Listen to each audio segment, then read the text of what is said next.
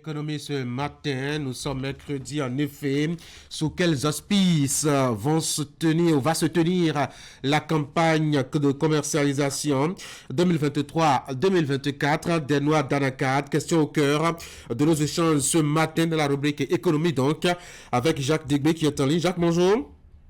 Bonjour Tanguy, bonjour à tous. La campagne de commercialisation 2023-2024 des noix d'anacarde a été lancée officiellement vendredi dernier et on en sait un peu plus sur les conditions de déroulement justement de cette campagne maintenant.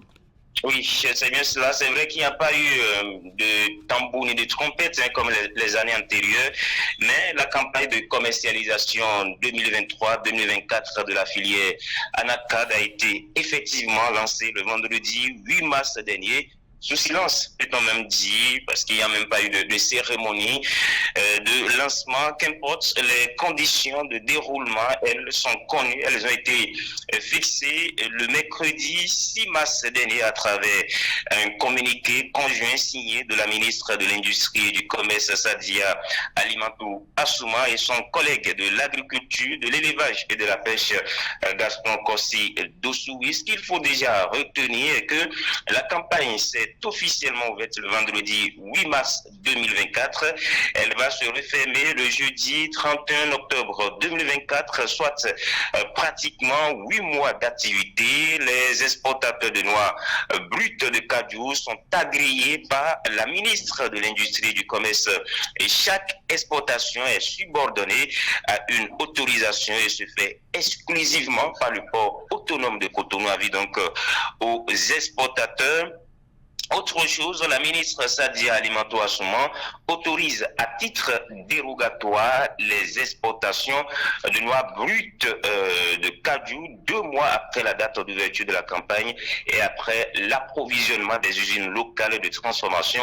On rappelle au passage que le décret numéro 2022-568 du 12 octobre 2022 portant interdiction de l'exportation de noix brutes de cajou et de soja à compter du 1er avril 2024 est toujours de mise au Bénin.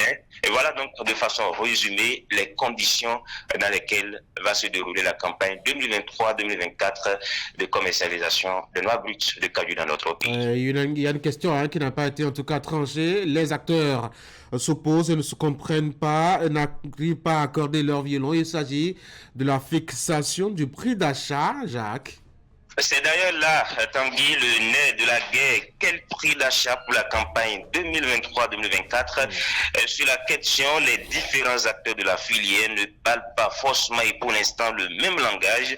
Producteurs, commerçants et transformateurs, chacun tirera de son côté et les différentes rencontres tenues jusqu'ici n'ont véritablement pas permis de faire bouger les lignes. Les différentes propositions faites tournent autour de 300 francs CFA le kilogramme. Les producteurs veulent vendre à plus de 300 francs CFA le kilogramme aux commerçants dans les champs et magasins. Les mêmes commerçants qui réclament jusqu'à 325 francs CFA le kilogramme, prix de l'usine à la CIPI Bénin, la société d'investissement et de promotion de l'industrie à la GDIZ, la zone industrielle et économique de Glodibé, sauf que selon nos sources, la CIPI n'entend pas acheter les noix à plus de 290 francs CFA le kilogramme.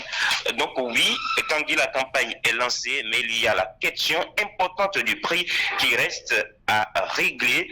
Sur la question, on a même eu le président de la Fédération nationale des producteurs d'anacarde, des acheteurs des produits tropicaux, je vais dire, ici à Parakou. Ils ne s'entendent véritablement pas, nous a-t-il confié. Le drame dans tout ça, Tanguy, est que plusieurs commerçants ont déjà acheté le produit à au moins 300 francs CFA le kilogramme sur le terrain. S'ils doivent le revendre à 290 francs CFA à la CIPI Bénin, sans compter les différentes charges, transport, manutention, commission, taxes, c'est une perte énorme. C'est pourquoi elle milite pour 325 francs CFA le kilogramme afin de pouvoir réaliser de marge bénéficiaires, discours quasi identiques du côté des producteurs. Les investissements consentis dans les plantations d'anacardiers ne leur permettent pas de pratiquer un tarif en deçà de 300 francs CFA le kilogramme, nous ont-ils confié. Les transformateurs n'en disent pas moins non plus. Bref, Les différents acteurs de la filière sont à couteau tiré sur la question du prix. On rappelle au passage que le gouvernement n'intervient plus dans la fixation du prix. Le prix plancher a été supprimé depuis l'année dernière par l'exécutif. Et à titre comparatif, en Côte d'Ivoire, la campagne a été lancée fin février dernier avec un prix plancher de 315 francs CFA le kilogramme. Au Burkina Faso, toujours au titre de cette campagne 2023-2024, le prix fixé par l'exécutif est de 310 francs CFA le kilogramme. Bon ben ça c'est ce qui concerne les sous, hein. En tout cas au niveau donc de cette filière, il faut voir déjà du côté de la production si on peut s'entendre un peu. C'est une nouvelle campagne. Est-ce que véritablement, Jacques, on peut dire que les fleurs ont tenu la promesse, en tout cas les fruits ont tenu la promesse des fleurs? Pour l'instant, là aussi, difficile de répondre à cette question, puisque nous constatons sur le terrain et les informations qui nous parviennent des différents acteurs, commerçants et également producteurs. Les fruits ne sont pas en train de tenir véritablement les promesses des fleurs. Peut-être qu'on verra d'ici quelques mois, puisque la campagne va durer. En tout cas, pour ce qui concerne la production et les récoltes, il faut aller jusqu'en mai par là. Peut-être que ça peut changer au cours de la campagne, mais pour l'instant, pour le constat qui se fait sur le terrain, eh bien, la production n'est pas véritablement au rendez-vous. On rappelle que la filière Anacad est une filière très, très, très importante pour le Bénin. C'est la deuxième filière en termes qui nous rapporte de devises, plus de devises après le coton.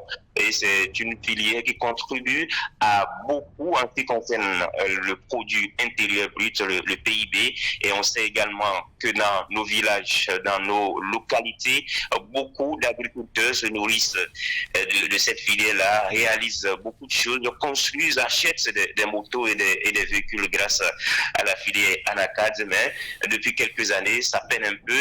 Et il faut dire que pour les échanges que nous avons sur le terrain, eh bien, les acteurs à la base, les producteurs, également les commerçants, dans une moindre mesure, ils ne sont plus véritablement satisfaits de ce qui se passe dans la filière. On va finir avec un dernier volet, c'est une curiosité personnelle, hein. On a annoncé en tout cas la transformation au plan local de cette production, de ce produit-là. Où est-ce qu'on en est par rapport justement à cette politique du gouvernement? Oui, j'étais en janvier dernier à la zone industrielle de Glodjibé Tanguy et il faut vous dire, pour le constat fait sur place, chapeau pour l'instant par rapport à ce que fait le gouvernement, parce que j'ai pu constater des machines de dernière génération, j'ai pu constater que l'anacad qui est produite dans nos villages, les noix d'anacad brutes qui sont transportés à Glodjibé sont transformés sur place en produits finis avant d'être exportés vers d'autres pays. Eh bien, en tant que Béninois, on ne peut qu'être très fier de cela, même si la production totale faite au Bénin n'est pas encore transformée. La preuve est que pour le compte de cette campagne 2023-2024, l'exécutif a ouvert une brèche pour permettre à ce que les exportateurs puissent continuer par mener leur activité, bien sûr en respectant les critères fixés par l'exécutif. Et au-delà de la GDIZ, vous avez également d'autres industries installées à travers le pays. On ne va pas faire de publicité à ces entreprises qui sont pour la plupart des entreprises privées, mais il y a quand même pas mal de petites usines qui sont installées à travers tout le pays pour transformer ce produit-là aujourd'hui. C'est dit donc que comparé à ce qui se passait il y a 5, 10, 15 ans, il y a une grande évolution aujourd'hui sur le terrain en ce qui concerne la transformation. Maintenant, il faut évoluer, il faut travailler à ce que la production totale que nous effectuons puisse être transformée sur place ici, parce que quand vous transformez, ça apporte de la valeur ajoutée plutôt que d'exporter le produit brut. Ah, absolument, c'est une évidence. Ouais. Jacques Deboué. Merci Tanguy. Merci, bonne journée. Très bonne journée également à vous. Bien de choses à ceux qui sont à Parakou. De retour à Cotonou, mesdames et messieurs, on va juste observer la transition, le temps d'installer nos débatteurs.